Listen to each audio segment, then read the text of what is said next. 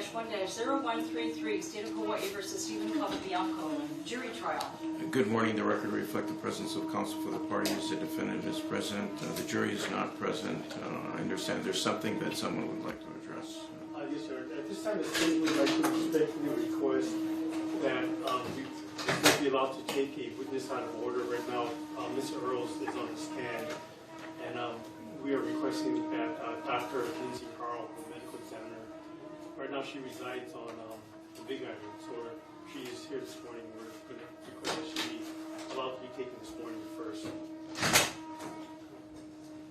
Any objection? Yes, I am going to respectfully object for the record. I made this objection relative to taking witnesses out of order after Detective Hamilton started to testify. And what I can represent is that because of that, I missed opportunities. And what I can specifically articulate would be that it happened in somewhat rapid succession in terms of wrapping up the out-of-order witnesses to include Agent Easter, and then right after lunch having to shift back to Detective Hamilton, who, I think it had been days since he had first started his testimony, and I can represent that because there was such a short break between the out-of-order witnesses, I was not able to incorporate questions that I would have liked to incorporate into Detective Hamilton's cross-examination based on things that came out in Special Agent Easter's testimony. And so I have to represent that, this constant taking of witnesses out of order is really jamming up the defense in an articulable way. I cannot articulate what impact it would have today because I haven't heard what's come out yet. But this constant taking of witnesses out of order is at the very least disrupting the flow of the defense's opportunity to, completely and thoroughly cross-examine the witnesses. How long do you expect Mr. Earl's testimony to last today? Mr. Earl's testimony will probably go into Monday. We've only covered about a third of and again, Mr. Earls is the evidence specialist for the Maui Police Department. He did not have an investigative role in this case. But with respect to the representations made by counsel, first of all, it's not a constant occurrence the way counsel is trying to, trying to make it appear. And again, these are witnesses who are either from the mainland and here during certain time periods, and their times were noted, especially with Special Agent Easter and Dr. Gambrell. Those were the two witnesses. And now we have Dr. Hall, who doesn't reside on this island, but is the medical examiner for the county of Hawaii. And again, for counsel to say, and this is what's inconsistent, for him to say he could have asked more questions, but he didn't, based on Special Agent Easter's testimony after hearing that in the middle of Detective Hamilton's testimony. Well, he wouldn't have heard Special Agent Easter's testimony to have that opportunity had we gone in that regular order. So that argument doesn't make a lot of sense. But again, this is not a constant occurrence, and counsel is objecting for the record. That's probably the more proper objection, but he has not shown any prejudice with that argument that he just made. All right, I'll allow the witness to be called out of order. All these witnesses are subject to recall. I will note that. So if in the event any of these witnesses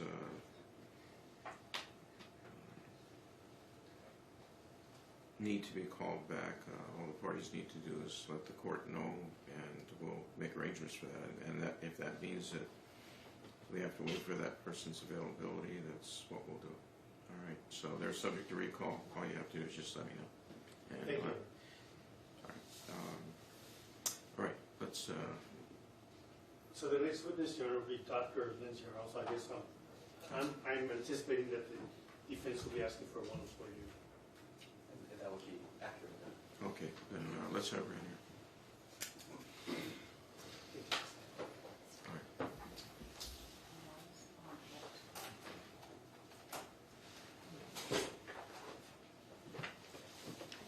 Do you solemnly swear that the testimony you are about to give will be the truth, the whole truth, and nothing but the truth?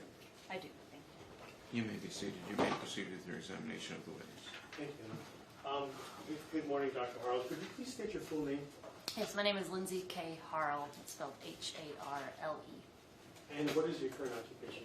I'm a forensic pathologist. And where do you work at this time? I currently reside on the Big Island, Hilo side of the Big Island, and I currently work on Hilo side of the Big Island and Kauai. And who do you work for? I work for Clinical Labs of Hawaii. And how long have you been employed by Clinical Labs of Hawaii? About 4 years. And how long have you been employed as a forensic pathologist? The entire time, 4 years. Now, Dr. Harrell, could you briefly but fully go over your educational background for us, please? Sure. So after high school, I earned my Bachelor of Science degree from Texas A&M University, where I graduated in 2002. I then attended medical school at the University of Texas Medical Branch, where I graduated in 2007. I then completed a residency in anatomic and clinical pathology at the University of Hawaii, and I completed that in 2011. And I then completed a forensic pathology fellowship with the University of Colorado and the Denver Medical Examiner's Office, which I completed in 2012. And are you licensed to practice in the state of Hawaii? Yes. And when did that? I've been licensed here since 2007. And I'm sorry to interrupt, but Your Honor, may I ask for an accommodation? And that would be just to move that microphone away from the line of distance between me and the witness. All right. We'll ask the person in charge of that to just assist. You don't have to move it completely away. Just, I think one way or the other. Step, it would be.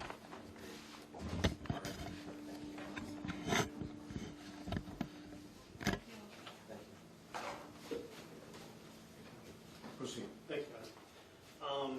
And is that licensed to practice medicine? Yes. Are you board certified, Dr. Harrell? Yes, I'm board certified in anatomic pathology, clinical pathology, and forensic pathology. And when did you receive your board certification in those areas? I received my board certification in anatomic and clinical pathology in 2011, and I received my forensic pathology board certification in 2012. And just for the record, can you tell us what is forensic pathology? Forensic pathology is a practice of medicine where we are specially trained in the investigation of death. So that includes the performance of an autopsy and examining the body. Also includes looking at patients' medical history and scene and investigative information, witness statements, and the totality of a death investigation. And have you rendered opinions on the classification of death, for example, the cause and manner of death? Yes, I do that regularly. And Dr. Hall, have you ever been qualified to testify in court as a forensic pathologist and permitted to render an opinion as to the cause and manner of death? Yes, I have. And have you been so qualified in this particular court? In Maui County, I have. And approximately how many times have you, if you do have a number, approximately how many times have you been so qualified? Here in Maui, probably maybe 6 to 8 times.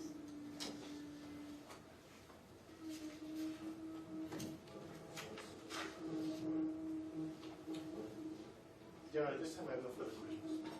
Mr. Oakley.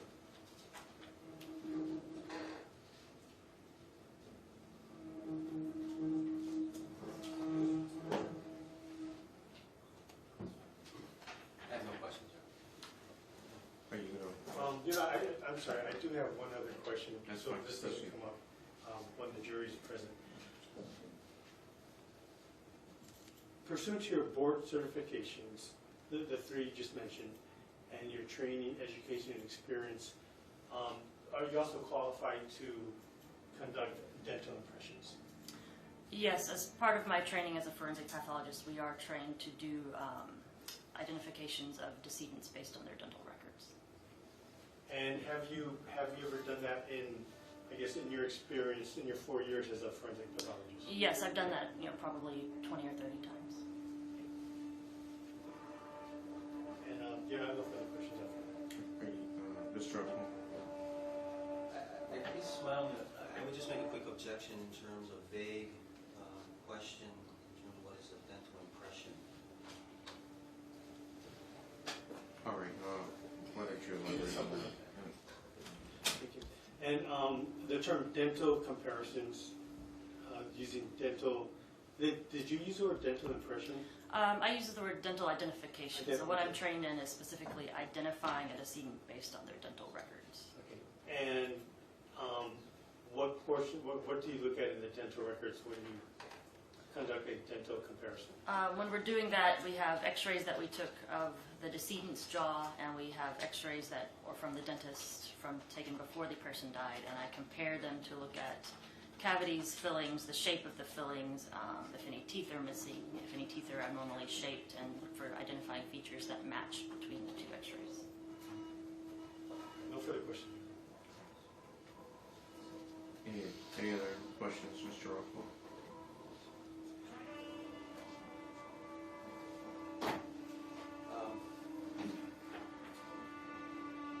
I guess relative to the case at hand, does your training and experience allow you to render opinions in terms of, for example, time of death? Yes, my training does include attempting to determine time of death. And for example, in this matter, does your training experience allow you to render an opinion as to whether this was whether any injuries were post-mortem or perimortem? Yes, that is part of my training. And I guess, for example, in this matter, did you have an opinion relative to that issue? In this matter, I could not determine if the injuries occurred before or after death. Well, I have no further questions. Are you offering a witness as an expert? Yes, Your Honor. The state is offering Dr. Harrell as a forensic pathologist qualified to render opinions in which he just testified to, which includes the cause of determining the cause and manner of death, which he's able, as well as to conducting dental comparisons for identification purposes. I'll have no objection. All right, based on the record and based on there being no objection, the court will find the witness has been duly qualified by reason of skill, knowledge, education, training, and experience to testify as an expert in the fields outlined by Mr. Rivera. And we're ready for the jury at this time.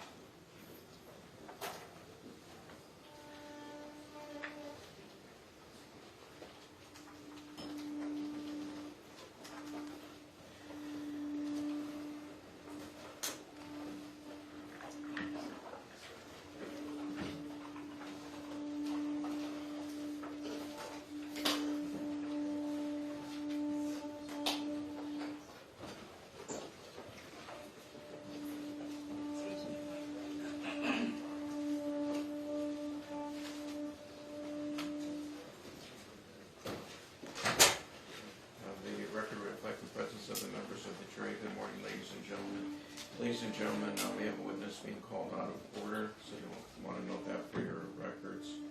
And I'll ask the prosecution in a moment to call this witness, but I do want you to know that the witness has already been placed under oath. Correct. You may call your witness, and you may proceed. Thank you. Your Honor, the state will be calling Dr. Lindsay Hart. And you may proceed with your examination of the witness. Dr. Hart, first of all, please introduce yourself to the ladies and gentlemen here. Okay, my name is Dr. Lindsay Harrell. I'm a forensic pathologist for Clinical Labs of Hawaii. Before we get into that, I just do want to go briefly into your educational background. First off, before we do that, can you tell us what is a forensic pathologist? Sure. A forensic pathologist is a physician who is specially trained to investigate death, and that includes the autopsy and examination of the body. It also includes looking at decedent's medical history and witness statements and other types of investigative information to determine how and why someone died. Just for a second, can we ask if I need to make sure they can hear this because it's just gotten louder outside and I can barely hear Dr. Harrell. Yeah, there is some construction work going on, and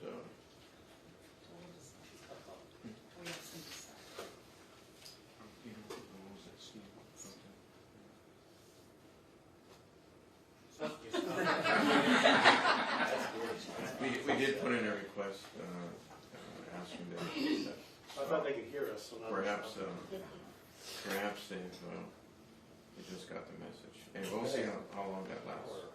Thank you. Right. You may continue with your examination. Ladies and gentlemen, were you able to hear what was just presented? All right. Thank you, Your Honor. And with that, Dr. Harrell, could you briefly, before you go over your educational background for us? Sure. So I first earned my Bachelor of Science degree from Texas A&M University in 2002. I then attended medical school at the University of Texas Medical Branch, where I earned my medical degree in 2007. I then completed a residency training in anatomic and clinical pathology at the University of Hawaii, and subsequently I completed a fellowship in forensic pathology at the University of Colorado and the Denver Medical Examiner's Office in 2012. And are you currently licensed to practice medicine in the state of Hawaii? Yes. And when were you still licensed? I have been licensed since 2007. And are you board certified in any specific area? Yes, I'm board certified in anatomic pathology, clinical pathology, and forensic pathology. Now, can you just briefly describe what is anatomic pathology and clinical pathology? Anatomic pathology and clinical pathology, they're kind of general pathology practice. So they include things like running the lab at the hospital. When you get blood work done, we manage that lab. We help interpret the results. When you have surgery or have a biopsy, we're the ones who look at the tissue under a microscope and figure out if it's cancer or something else. So those are all included under anatomic and clinical pathology. And then you've already described what forensic pathology is. How long have you been board certified in, and I'm sure if I asked you this here, in forensic, clinical, and anatomic pathology? I've been board certified in anatomic and clinical pathology since 2011 and in forensic pathology since 2012. And have you been allowed or been permitted to testify in court and render an opinion as a forensic pathologist in criminal cases? Yes, I have.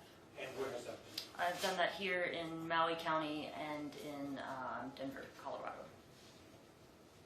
And I think you mentioned that you right now you reside on the Big Island. Is that correct? Correct. At one time, did you work for the clinical laboratories here in Maui County? I worked here in Maui from 2012 up until February of this year. And what capacity did you have while you worked here? So as I already said, I'm a forensic pathologist. I'm employed by Clinical Labs of Hawaii, and Clinical Labs has a contract with Maui County to provide forensic autopsy services to the police. So as part of that contract, I performed death investigation and autopsies for the county. So for the past 4 years, up until February of this year, I performed the majority of the autopsies as part of a coroner's investigation in Maui County. And last question with respect to Maui County. During that time period, the 4 years you just described, how many autopsy/investigations did you perform in Maui County for the Maui Police Department? In Maui County, That is the compound. All right, I'll sustain the objection. Rephrase the question. First of all, how many autopsies have you performed here in Maui County as a forensic pathologist? here in Maui, I've performed about 900 to 1,000 autopsies. And how many autopsies/investigations did you perform at the request of the Maui Police Department? Nearly all of those, so over 900 of those were for those. Now, turning your attention to the date, this is a Saturday, February 15th, at approximately 2 p.m. What, if any, assignment or request did you receive from the Maui Police Department regarding an investigation involving a Charlie Scott? I was called and told that what they thought was a jawbone had been found, and they asked me to come look at it to initially determine if it was human, if it was even potentially that of Carly Scott or of someone else. So on the date I just provided, February 15th, 2014, what did you do? On that date, I came up to the morgue and I looked at the jaw, and I determined that it was human. It was an adult human. And that was the extent of my examination on that day. That allowed them to, at least know that it was possibly related to Carly Scott. And what, if anything, did you base your conclusion on that it was human? I based that on my training and experience in recognizing human versus non-human bone.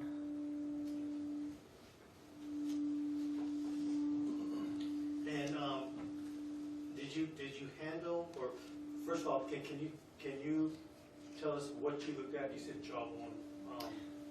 Right. So what we had on Saturday was the lower jaw, and it was in two fragments. So we had two fragments of lower jaw, right and a left. They were split roughly down the middle, and we also had an additional small fragment of bone that initially was unidentifiable as to its source, but the jawbone itself was in two pieces, and that was consistent with being from an adult human. And the small bone you just mentioned, were you able to tell from what part of the human anatomy that came from? It is a portion of the palate bone in the mouth, so the top part of the mouth, under the lining of your mouth, there's a bone there, and that's what this piece of bone was. Is that within the roof of one's mouth? Right, the roof of the mouth. And did you happen to well, first, let me ask you this before I move on. How is it that you were provided with the two pieces of the jawbone that you just mentioned? They were brought to the morgue, I believe by Tony Earls, but by MPD personnel from the scene, and I viewed them at the morgue after the police brought them up. And can you just briefly describe the appearance to you of the two pieces? Yes. So, do you want me to describe what I examined on Saturday? Yeah, or what you just observed that day. Okay, so on that day, I observed that it was a human adult jawbone in two pieces. They appeared to match up along the fracture on the midline. There were 8 teeth present, and the remaining teeth were missing. And there was some dirt and mud and some grassy debris, as well as some insects on the bones. There were a couple of hairs stuck in the mud. And there was some decaying soft tissue still attached to the bone. And what, if anything, did you do on Saturday with respect to these two pieces of jawbone?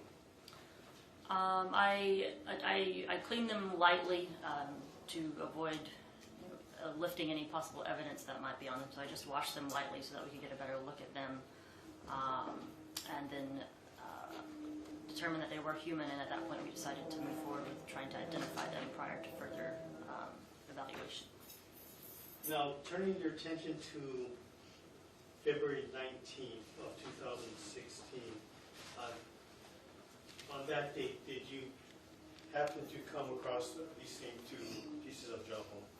Yes, on February 19th, I was told by MPD that they had identified a dentist, Dr. Demerol, who had treated Carly Scott and had x-rays from her. And they were going to take the bones to his office to get the bones x-rayed so that we could compare the x-rays of the jawbone to Carly's x-rays. Now, Dr.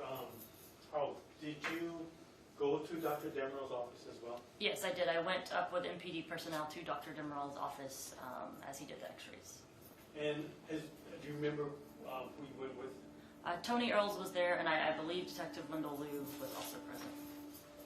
And did you observe what, if anything, Dr. Demerol did in his office with respect to the two pieces of jawbone? Yes, he took the two pieces of the lower jaw and he used putty to kind of hold them in place so that they were aligned in the normal anatomical alignment that they would be in a living person so that he could get x-rays. So after he had them lined up correctly, he took x-rays of the entire jawbones.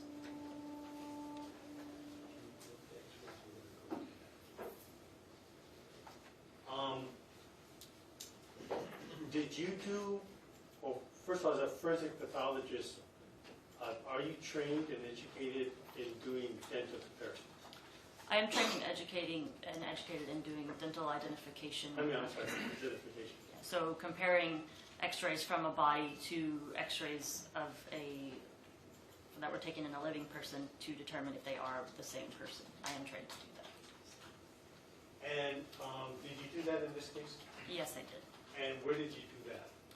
I did that in my office. So after Dr. Demerol took the x-rays, he gave me printed copies of the x-rays that he'd taken of the jawbone and also gave me a printed copy of Carly Scott's x-rays. So I took those back to my office to compare them.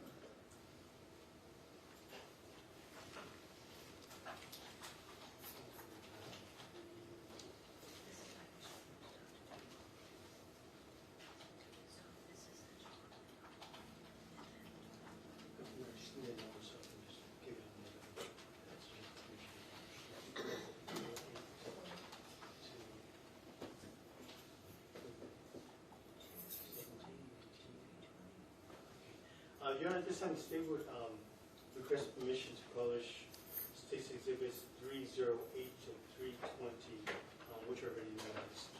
Permission, Your Honor.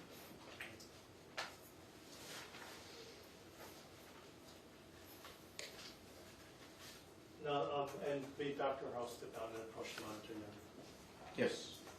So Dr. House, you can step down and approach the large monitor, and there's a pointer right behind you. And using that, I'm going to show you a series of x-rays that are already in evidence. Showing you first State's Exhibit.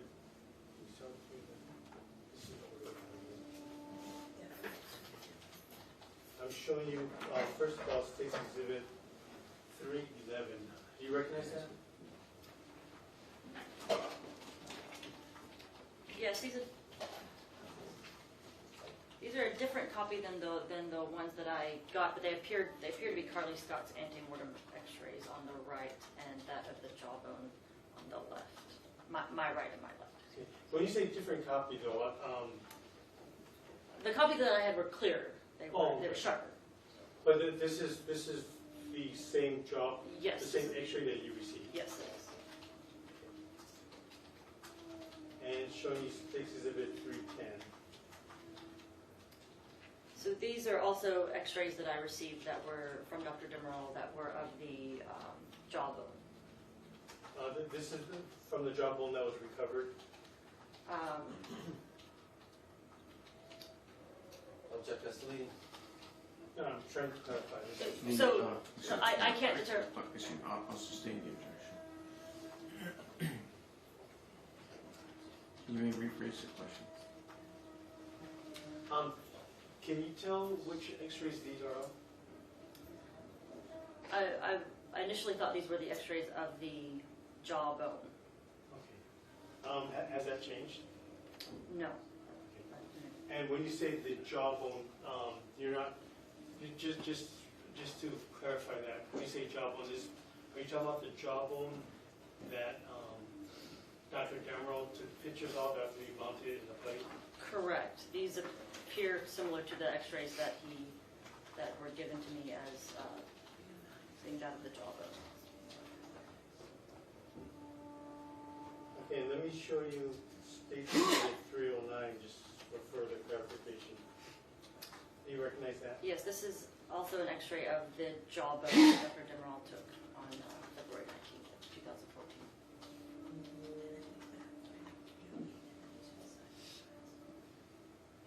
And showing you State's Exhibit 308. And this is the image he gave me of Carly Scott's x-rays taken during his normal dental examination of her.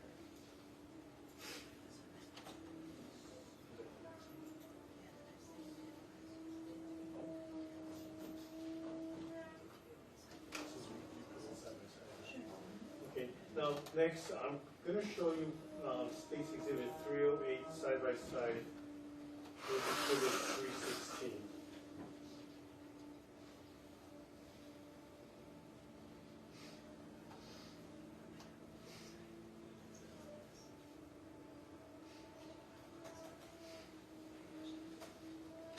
Okay, can you tell us what we're looking at here? So on the left is the x-ray of Carly Scott from 2012, and on the right is an x-ray from the jawbone. Okay, and what if any comparison did you make here? So when I'm doing a dental identification, I compare if there are any teeth absent, which I do not see in this case, and if there are fillings, I look at the shape and location of the fillings to try and match them. So in this case, I can compare this shape here to the shape on this tooth here, as well as the shape here, which is roughly a dumbbell shape compared to the shape on this tooth. You can also see the small dot here, which matches up with a small dot here, and then this more faint filling right behind it, which matches up. So roughly, so this x-ray matches with this portion of the jaw in the x-ray from 2012.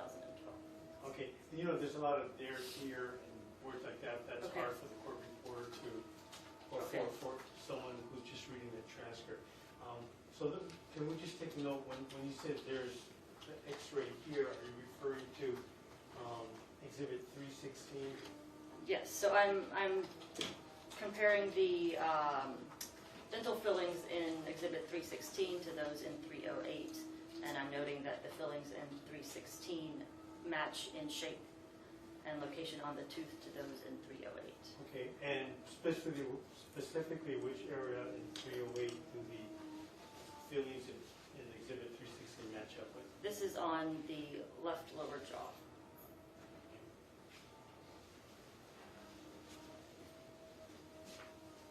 Next, showing you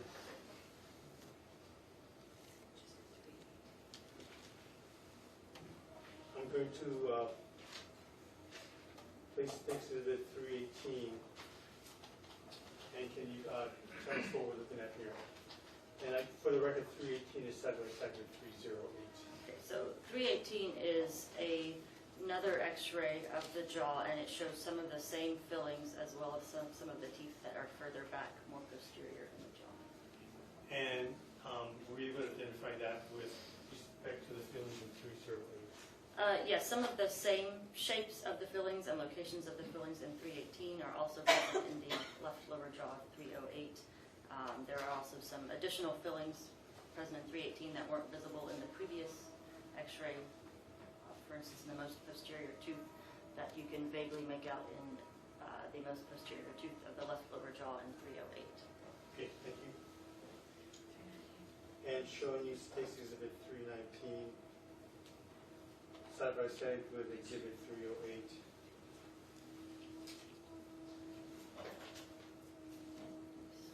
So we just lost our connection.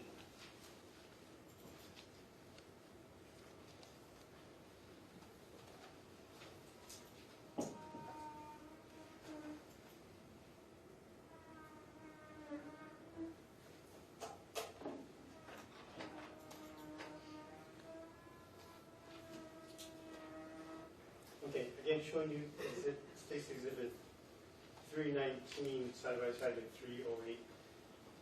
Did you compare the two? Yes, so Exhibit 319 is a close-up X-ray of the same area of the previous X-ray that was up on the screen. So I can also compare the fillings present in 319 to those present in 308 and see that they are similar in shape and similar in location and size on the teeth.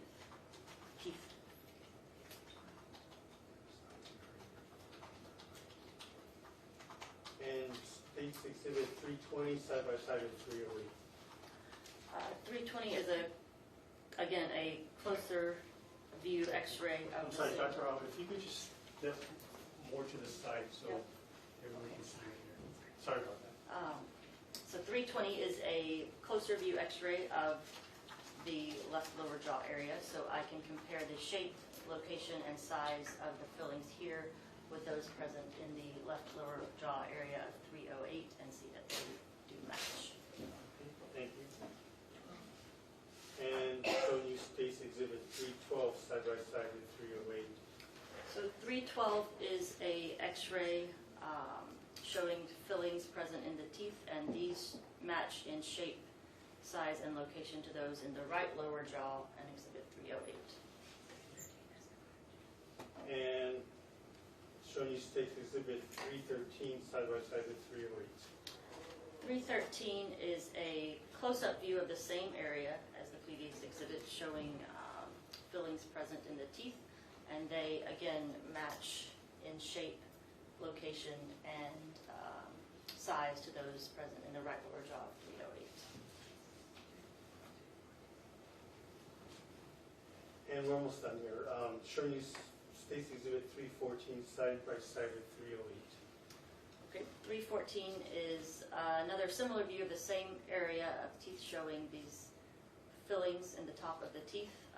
This is Exhibit 314, and they again match in shape, size, and location to those in the right lower jaw of Exhibit 308. Okay, and State's Exhibit 315. Exhibit 315 is a close view X-ray of the left mid portion of the jaw, and there is a small area here which appears to be a filling that appears consistent with that seen on the left mid jaw of Exhibit 308. Okay, and the last one, State's Exhibit 317 side by side with Exhibit 308. This is again a close-up view of two teeth showing some overlap and an apparent filling, or this is possibly just an overlap of the two teeth, but the shape of this image on X-ray does match that of the shape seen on the right lower mid jaw in Exhibit 308. Okay, thank you. And please have a seat.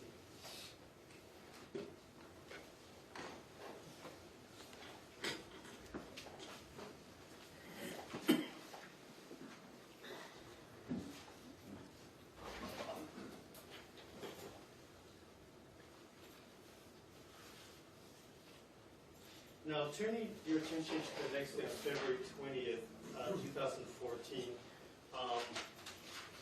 did you have an opportunity to, again, come to contact with the two pieces of jawbone that you just described? Yes, on February 20th, again went to the Maui Police Department morgue.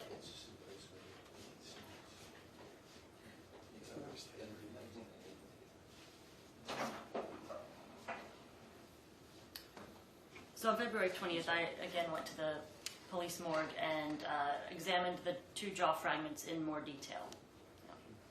And how was that done? Can you tell us?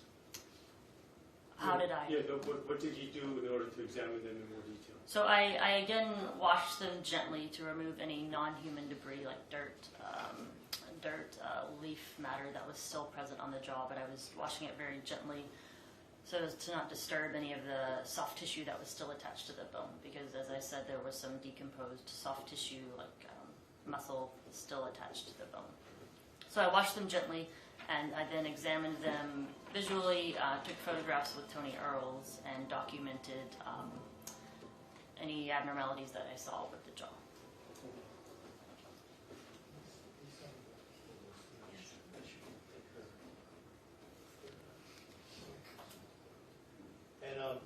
And, at this time, the state would ask that the following exhibits be allowed to be published, and these are already in evidence. These are state's exhibits 232 to 235. Permission granted to publish. And be Dr. Austin on the coach monitor again. Yes. Now, Dr. I'm going to publish these exhibits, and when I do that, can you explain or describe the observations you made on February 20th, 2014? Now, what was the purpose of taking another look at the two pieces of job? Well, as I said before, when we first looked at the job on February 15th, I was initially only trying to determine if it was human versus non-human, because when you find bones out in nature, that's the first question: is it human or not human? And if it's not human, it's likely of no forensic importance. So on Saturday, the main goal was to determine if it's human or non-human, and if it is a human, is it an adult versus a child. So when I looked at it on Saturday, I was doing a more kind of superficial look at it to determine if it was just human or not. So we would know if we needed to attempt to do an identification with Carly Scott or anyone else. So we came back on Thursday to do a more detailed examination to determine if there were any injuries to the bone or any other identifying or significant features that we needed to record. And now I'm going to show you what's already in evidence of State's Exhibit 32. And do you recognize what's shown here?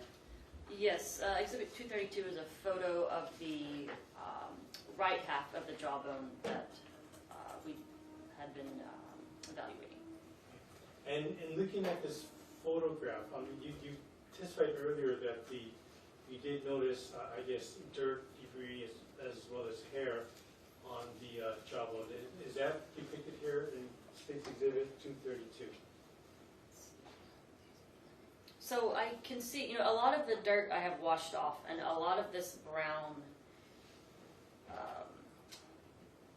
tissue you see here is actually tissue, human tissue, that's still attached to the jaw. It is dirty. It is also decomposing. That's part of the reason why it's brown. So there is some dirt, and I imagine this brown debris between the teeth is actually dirt. But the majority of this brown material you see here is actually soft tissue, decomposing soft tissue that's still attached to the bone. And I do also see some hairs that are attached to the jaw, which we did initially see on the 15th as well. And how do you recall how you described that hair?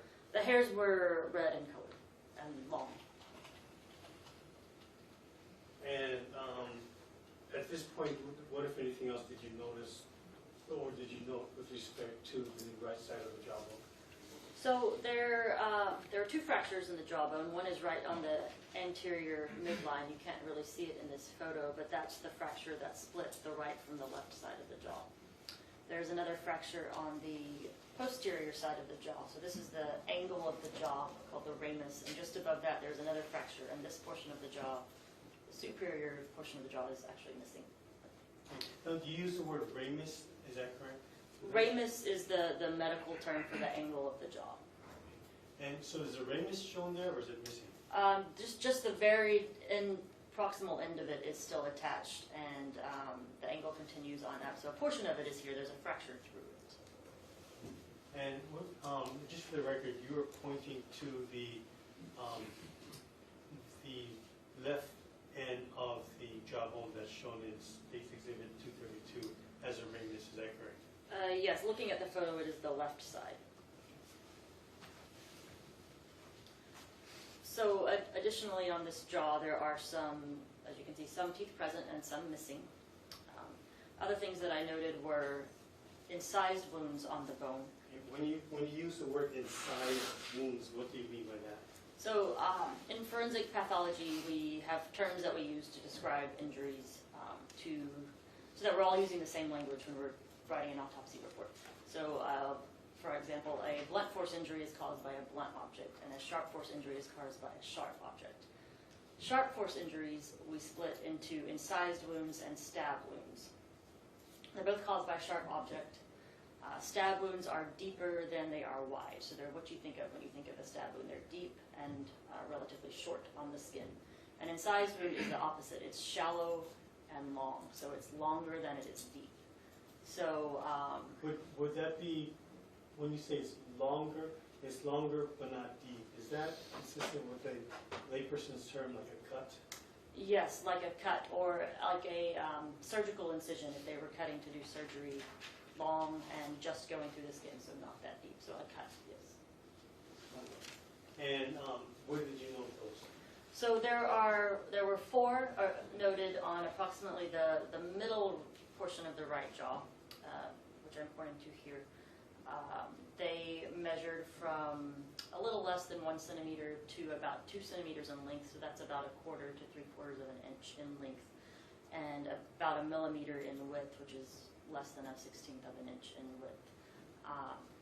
And based on your observation of that, could you tell whether that was caused by a blunt object or a sharp tool? These were caused by a sharp object. A sharp object. Sharp object, yes. So they were linear, they were parallel, spaced unevenly on the jaw, and they were deep. They were shallow, in the bone, but sharp edges along the edge of the bone within the depths of the wound, which is how we know that it was caused by a sharp object.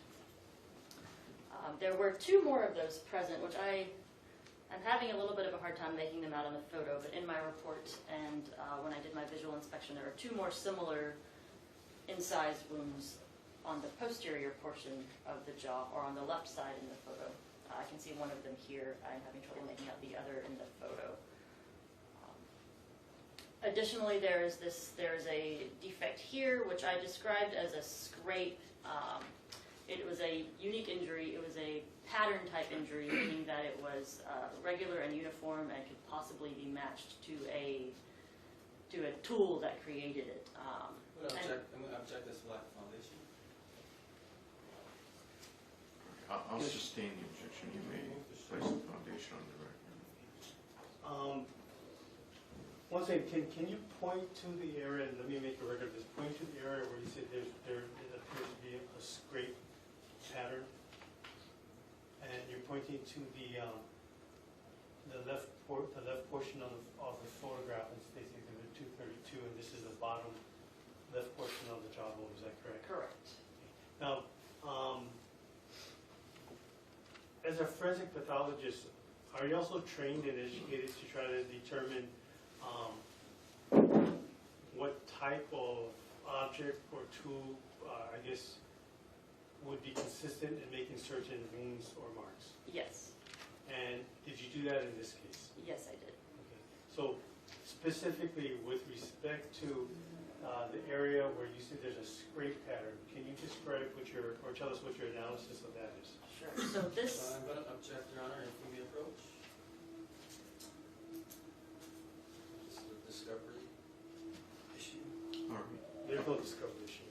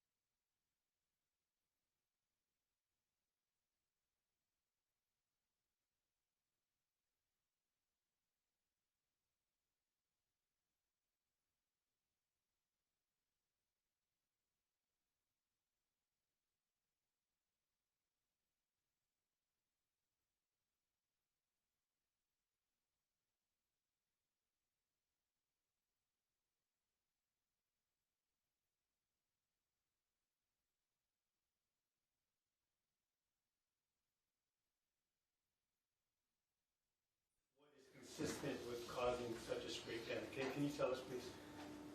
Sure. So this injury, which I refer to as the scrape injury on the jaw, was a roughly square-shaped area, and it's difficult to view in this photo. But when I was visualizing the jaw personally, you could see that it was composed of multiple, very superficial, evenly spaced lines.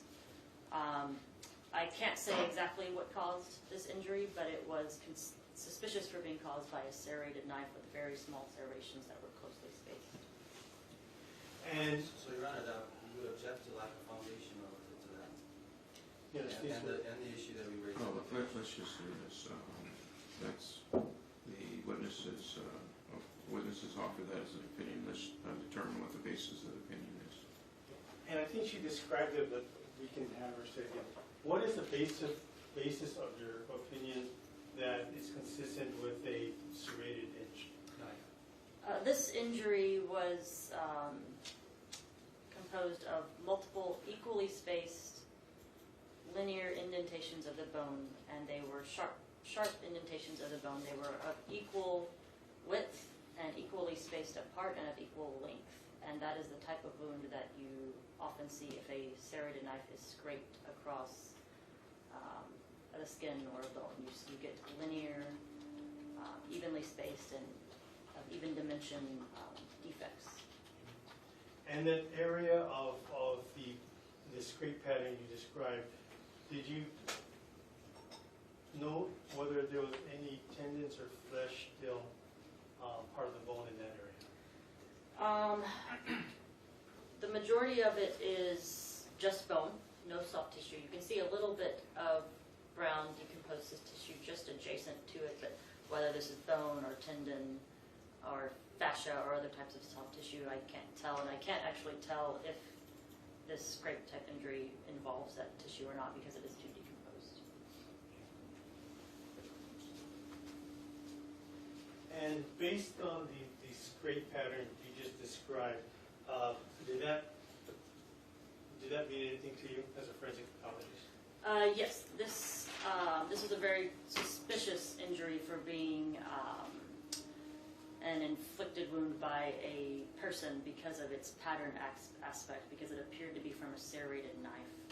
It is a suspicious, wound being caused by another person. Now, attorney, is there anything else with respect to Space Exhibit 232, which is the right side of the jaw bone, that you know from this photograph? No, there's not. Now, showing you Space Exhibit 233, what, if anything, did you know?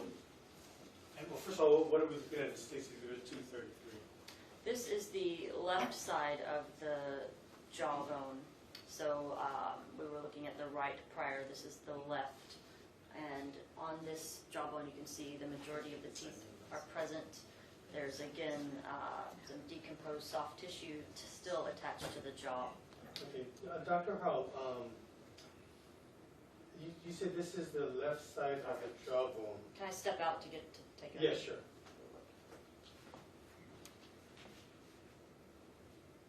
Okay, so I apologize. I was at a bad angle to the camera. This is actually the right side of the jawbone, a photo taken from the other side. Okay. So in this, I'm sorry, let me put it. Now, again, looking at Space Exhibit 233.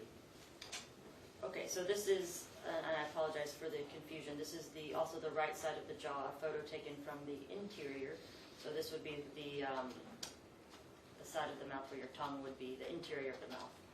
And you can again see some soft, decaying soft tissue attached, some hairs stuck in the soft tissue.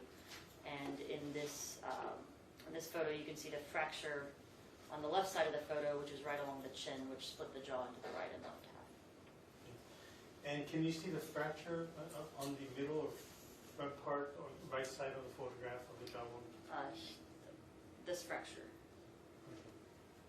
So are those the two fractures you mentioned earlier? Correct. So the two fractures, this is now on the right side of the photo is the fracture through the ramus or through the angle of the jaw. And on the left side of the photo is the fracture through the anterior portion of the jaw or the chin. Okay.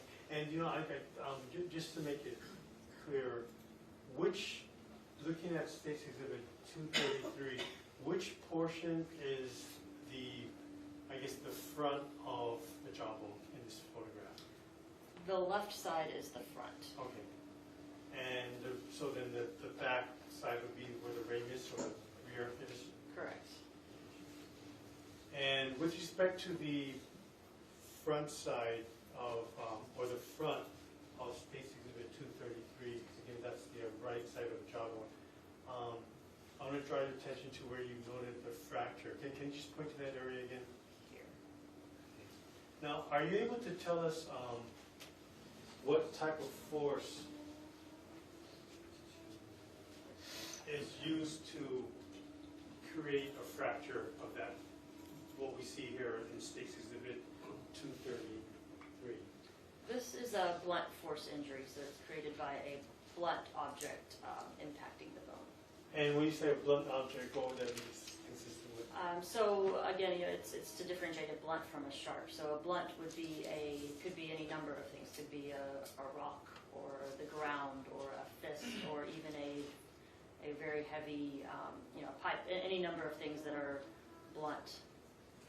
So looking at the front portion of the jawbone in State's Exhibit 233, again, this is the right side. Is there any indication on the front portion that it was cut or there was an incision in that area to cause that separation? This does not appear to be a sharp force injury. So it does not appear to be a blade or another sharp object going through the bone. It appears to be a blunt injury created by a blunt object hitting the bone. And you said that a fist is something that's consistent. Yes. How about a stomp of a foot? Yes. So I will object as to The objection is overruled. Now, with respect to the rear portion, or what you refer to as a ramus in State's Exhibit 233, what type of fracture do we see there? So this is a similar type of fracture. It's caused by blunt trauma again. So it's caused by a blunt object hitting the bone.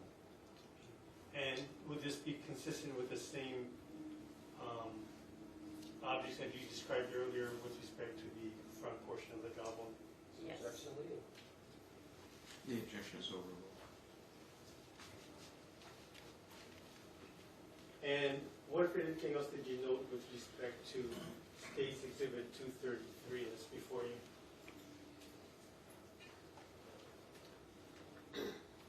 I believe I have covered most of it. I did also note that this anterior tooth was a little bit pink in color, as you can recognize in comparison to the other teeth.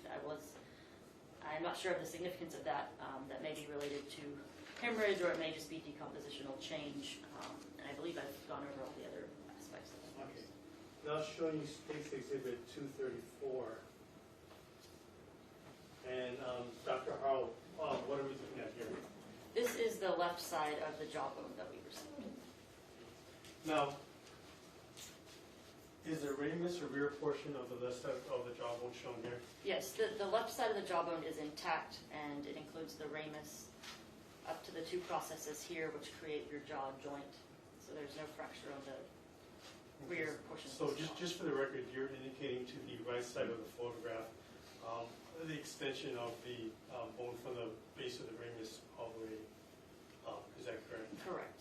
Now, the portion that you're indicating that's all the way up, that portion, is that seen on the right side? No, on the right side there is a fracture through the ramus, or through and just above the angle of the jaw. So this portion of the jaw, on the right side of this photograph, is absent on the right. What, if anything, did you notice with respect to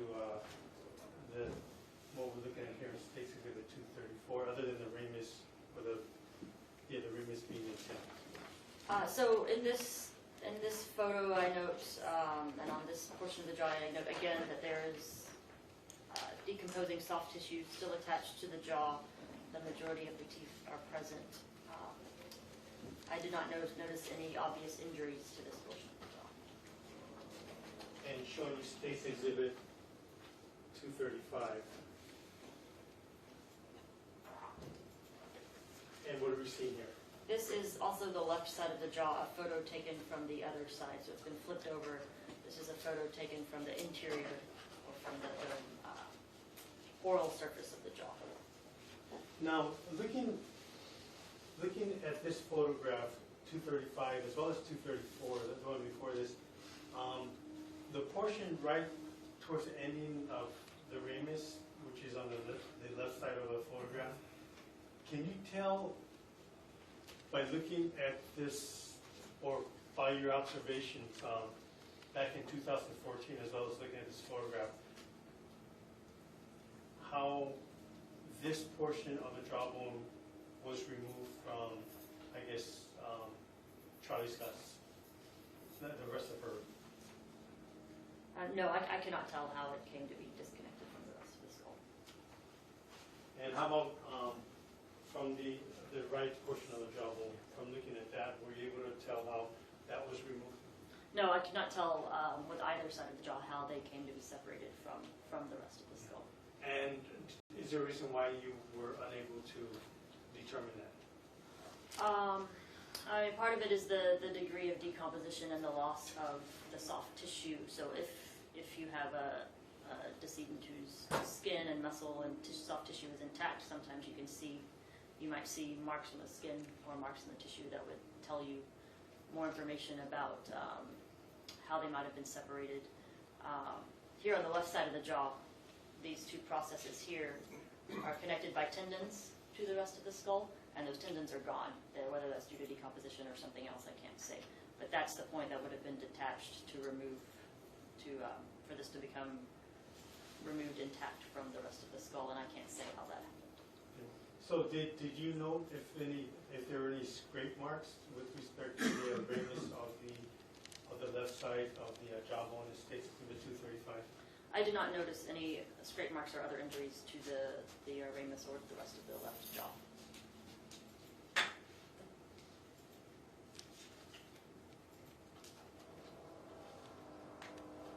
Okay, Dr. Please have a seat.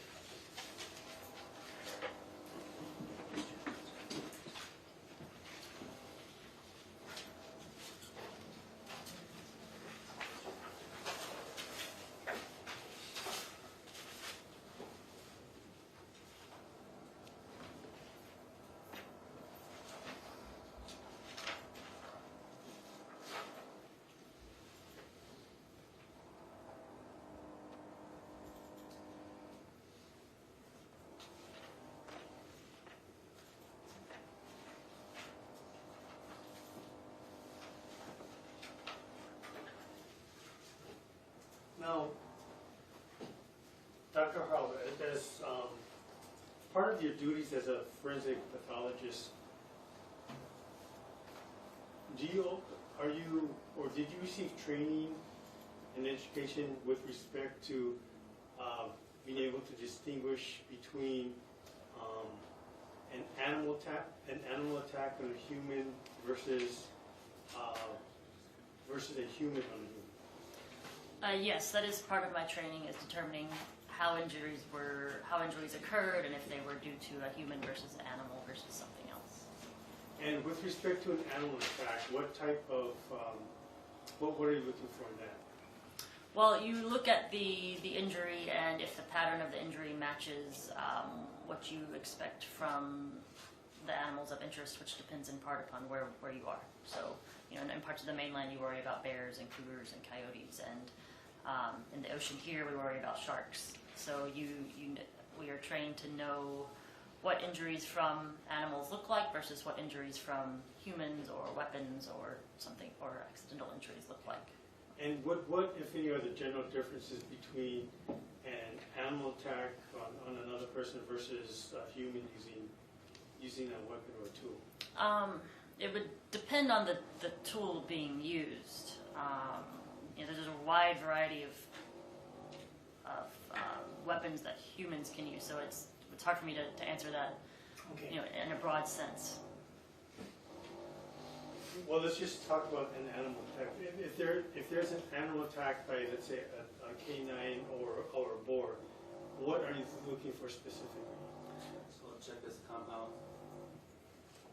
The objection is overruled. You may answer the question. So when you have a land mammal like a canine or a boar, you know, these are animals who have strong jaws, strong teeth, and they attack generally with their mouth in addition to their claws, in the case of dogs. But what you tend to see when you have an attack by those animals, you know, we think of animals' teeth as being sharp, and they are somewhat sharp, but they are more broad. They're broader than like a blade. So when they attack a human and bite a human skin or a human bone, the injuries from their teeth tend to be broad and relatively shallow, and there tends to be a lot of crush injury from the strength of their jaw. And in this instance, when you observed the two pieces of jawbone, which you identified as being Charlie Scott, did you notice any signs of animal attack on Joe? I did not see any injuries or defects in the bone that I would attribute to an animal.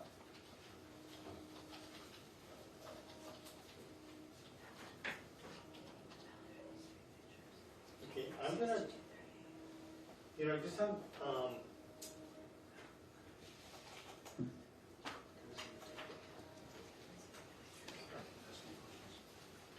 yeah, I'm gonna get back to something, you know, a little bit later.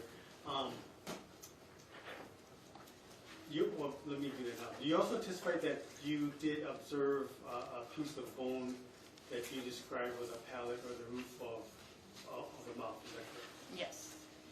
Now, you also said you weren't able to identify or make an identification of that piece of bone, is that correct? Right, I wasn't able to determine definitively where that bone came from because it was small and fragmented. I was suspicious that it was a piece of the palate or the roof of the mouth, but I couldn't determine definitively what bone it was. Okay. I'm going to show, well, at this time showing council's what has been marked for identification of states exhibit 236 and 238.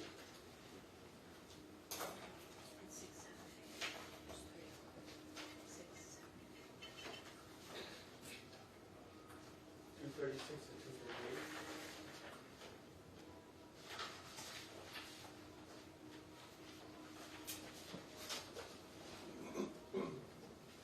Mayor Pro Tem. Yes. Hey, Dr. Hall, I'm going to show you what the marked for evidence is.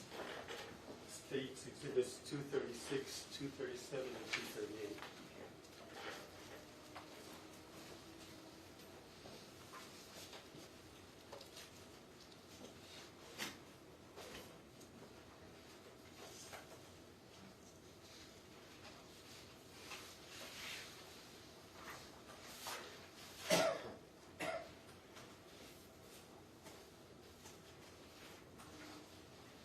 Do you recognize those exhibits marked for identification? Yes, these are the fragment of bone that I examined on the same day I examined the jaw. And is that the palate or the roof of the mouth that you described earlier? Yes, I suspect that this is a piece of the palate. Again, it's fragmented and I can't say for sure, but I suspect that that's where it's from. So I will object this lack of foundation. You know, with that limited information, it should be recoming, is what it appears to be. Let's ask for the basis of the statement, please. Sure, Your Honor. So why is it that you suspect that to be the palate or the roof of the mouth, although it is small? It has some shapes, including a ridge along its midline that is present in the palate in humans. So it has some shape features that are consistent with it being the palate. And based on that, that's where you're basing your opinion on. Correct. Now, do those actually depict the small bone that you described for us earlier, all three photographs? Yes. Has that picture been altered or changed in any way? Not that I can detect. No. You know, at this time the state would move into evidence states exhibits 236, 237, and 238. That's true. No, Judge. State's exhibits 236, 237, and 238 are received in evidence. Amen, Court, Your Honor. Yes. Thank you. And your permission to publish these. Permission granted. You know, Dr. Hoffman, please step down. Is that fine, Your Honor? Yes. If you can please step down and we're going to publish this. Showing you first what has been marked as State's Exhibit 236. And do you recognize that? Yes, this is a small fragment of bone that we examined at the same time that I examined the two jaw fragments. Okay, and can you show us why it is your belief that this is consistent with the palate or the roof of a mouth? Yes, so when I have a fragment of bone and I'm not sure where it came from, I compare it to textbooks and photographs that I have, and also a full human skeleton that we have in the morgue, so that I can compare it directly in shape, size, and features. So I did that with this bone, and I felt that it was most likely the palate, based in part due to these sutures, which you can see. You can see in the middle of the bone there's a roughly T-shaped area, which is consistent with some sutures or connections between bone in the palate or the roof of the mouth. There's also this, it's hard to see from this angle of the photo, but there's a little bit of a ridged or raised area along the middle portion, which is present on the palate bone. And showing you State's Exhibit 237. So this is the same bone photo taken from a different angle. And you can see better on the lower portion of it, the raised ridge, which I referred to earlier. And last, State's Exhibit 238. And this is another photo of the bone from another angle. Thank you. You may have a seat. Yeah, we're going to take a few breaks soon. I'll go to a different. If this would be an appropriate Yes, thing. sir. Okay, Mike, we'll take a break. Court is in recess.